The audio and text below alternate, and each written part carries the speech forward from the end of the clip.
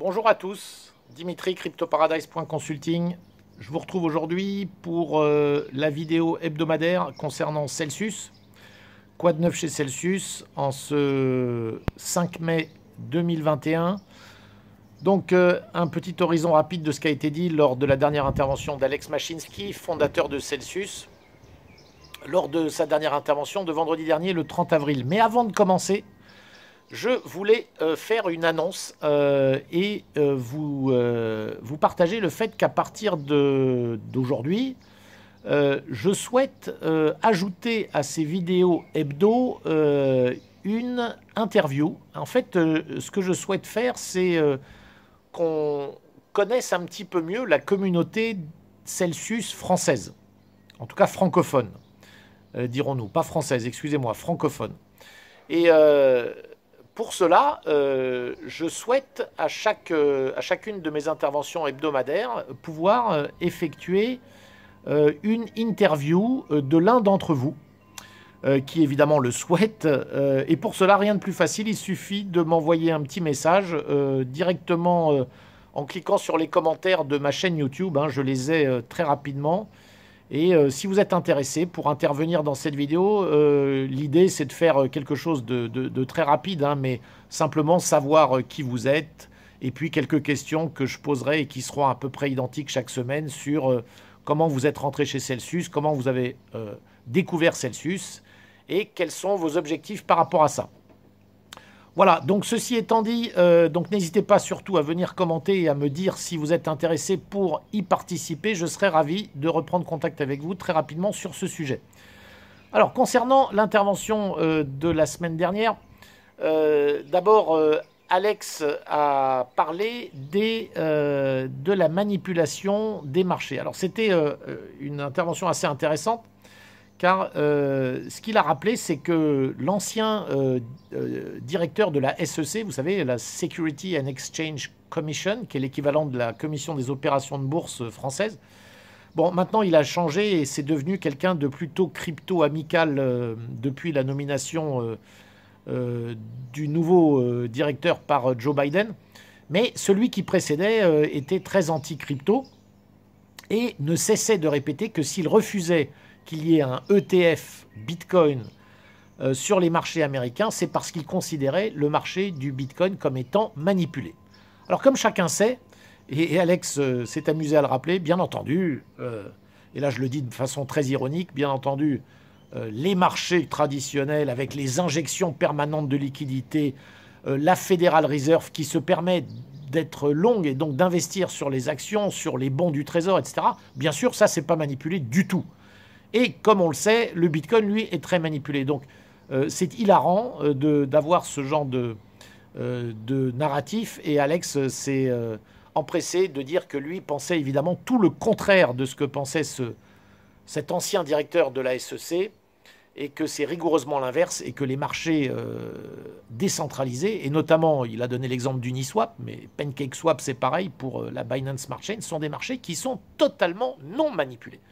Voilà, donc vous avez affaire à des marchés qui sont réellement non manipulés, alors que, honnêtement, sur ce qui se passe avec le New York Stock Exchange, le Nasdaq et tous les marchés boursiers mondiaux, à partir du moment où vous avez des intervenants qui sont des intervenants en formule illimitée, comme les banques centrales, qui peuvent acheter tout ce qu'elles veulent, comment voulez-vous dire que ce marché n'est pas manipulé? Voilà ce qu'a rappelé Alex. Deuxième point qu'il a abordé, c'est le fait que Coinbase maintenant est coté au Nasdaq et que là, pour la première fois, le monde de la finance décentralisée, même si Coinbase est une plateforme centralisée, bien sûr, mais a affaire à beaucoup de coins décentralisés, et le monde centralisé, comme le Nasdaq, qui est la bourse américaine, eh bien les deux se rencontrent, ce qui est évidemment très plaisant et ce qui montre l'évolution. Il a d'ailleurs rappelé que Coinbase est la plateforme d'échange la plus rentable de toutes les plateformes d'échange qui existent dans le monde. Donc de loin. Et ça, ça peut évidemment faire gratter la tête à pas mal des acteurs de la finance traditionnelle qui sont incapables de générer autant de revenus que le fait Coinbase. Liquid, vous le savez, Liquid, c'est cette plateforme d'échange qui est déjà en rapport avec Celsius et qui propose désormais à ces traders de staker des coins et de gagner les mêmes intérêts que sur Celsius grâce à un partenariat que Celsius a fait avec eux. Donc Celsius a négocié avec eux le fait que désormais pour retirer vos cryptos de chez Liquid, vous ne paierez plus les fees, les frais qui étaient ceux que vous payiez avant. Alex a voulu ensuite parler des dangers de la DeFi, alors la finance décentralisée. Donc bon, vous le savez, aujourd'hui il y a moyen, et j'en ai déjà parlé dans d'autres vidéos, il y a moyen bien sûr d'aller chercher des revenus et des rendements supérieurs à Celsius en allant vous-même faire le travail, en tout cas une partie du travail que fait Celsius, c'est-à-dire en allant chercher vous-même ces rendements sur la finance décentralisée et sur les plateformes décentralisées, type effectivement pool de liquidité, farming, etc.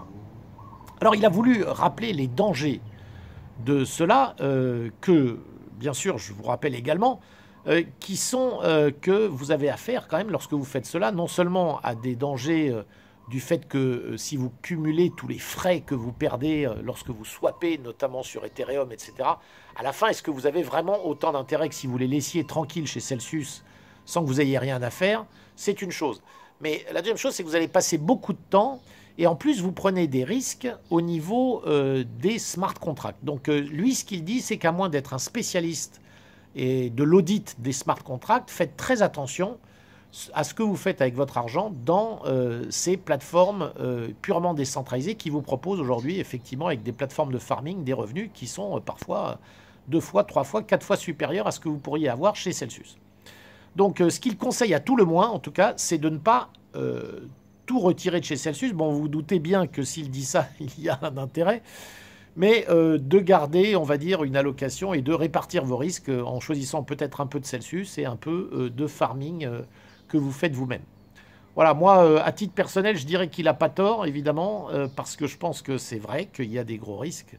En revanche, je vous laisserai à chacun le choix de savoir ce qui est le mieux pour vous, car effectivement, il y a quand même moyen de faire parfois mieux que Celsius, ce que je ne m'interdis pas, en ce qui me concerne, de faire. Voilà, il a parlé ensuite de JP Morgan qui a annoncé, proposé désormais à ses clients d'investir dans le Bitcoin. Alors je vous rappelle que JP Morgan n'est autre que cette énorme banque américaine qui est dirigée par Jamie Dimon, qui lui-même avait fait une déclaration fracassante fin 2017, même début 2018, où il avait dit que le Bitcoin c'était de la grosse M, 3 petits points, c'est-à-dire quelque chose à jeter au panier. Vous voyez comme en moins de 3 ans, ou en 3 ans en tout cas, c'est un revirement total de Jamie Dimon, mais qu'on a vu arriver depuis maintenant plusieurs mois, puisque petit à petit, il a tout doucement modifié son discours. Donc de quelque chose qui était totalement pourri, on est passé à quelque chose que maintenant on propose à ses clients. Et vous voyez comme, en fait, ce à quoi on est en train d'assister, c'est que cette finance traditionnelle qui rejetait le Bitcoin et qui ne voulait rien avoir à faire avec, est aujourd'hui en position de devoir, elle, finalement, venir à ce Bitcoin et à ces cryptos. Et ça vous montre combien la place maintenant est d'importance et a été prise par les crypto-monnaies, est d'importance dans la finance. Et évidemment, ce n'est pas anodin que les cryptos prises dans leur total viennent de dépasser 2 trillions de dollars de capitalisation. C'est énorme.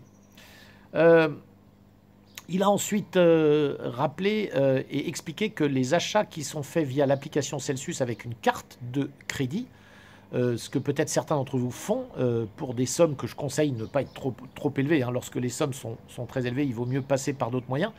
Mais si vous faites des achats par carte de crédit, les frais vont grandement baisser, a promis Alex. C'est pas encore live, mais on va se retrouver à 5%, ce qui est moins que ce que facturent toutes les plateformes. Et notamment, il a pris comme exemple Coinbase qui facture 7%.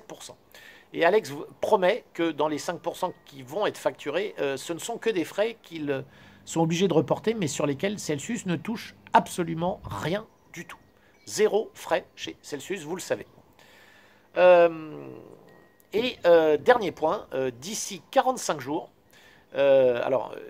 les promesses de Alex, on les connaît, c'est vrai que souvent il a une tendance à promettre un petit peu trop tôt. Mais là, il a promis qu'entre 30 et 45 jours, alors je vais prendre la fourchette large, 45 jours, il y aura une fonctionnalité OTC, c'est-à-dire Over-the-Counter Trading, dans l'application Celsius, ce qui veut dire que vous pourrez, au-delà du swap, hein, qui est très attendu, le swap entre les cryptos, vous pourrez en fait acheter et vendre du Bitcoin directement dans l'application et ce sera sans frais. Bitcoin et autres, hein, ce sera valable sur Bitcoin, Ether, Cell et tous les stablecoins. Donc voilà, je pense que c'est une fonctionnalité qui va être très très appréciée. Voilà pour aujourd'hui. Donc je vous rappelle mon annonce du début. Je recherche donc des candidats pour participer à ces vidéos sous format d'interview.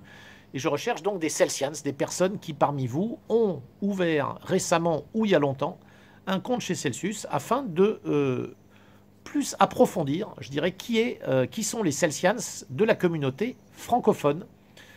Voilà, donc si vous êtes intéressé, mettez-moi un commentaire sous cette vidéo dans la section commentaires et je me ferai un plaisir de reprendre contact avec vous. Vous pouvez bien sûr aussi me contacter via mon site internet cryptoparadise.consulting où vous retrouverez d'ailleurs un blog qui est régulièrement mis à jour avec des articles intéressants. Et bien sûr, abonnez-vous à la chaîne YouTube et cliquez sur la cloche afin d'être notifié à chaque nouvelle sortie de vidéo. À très bientôt.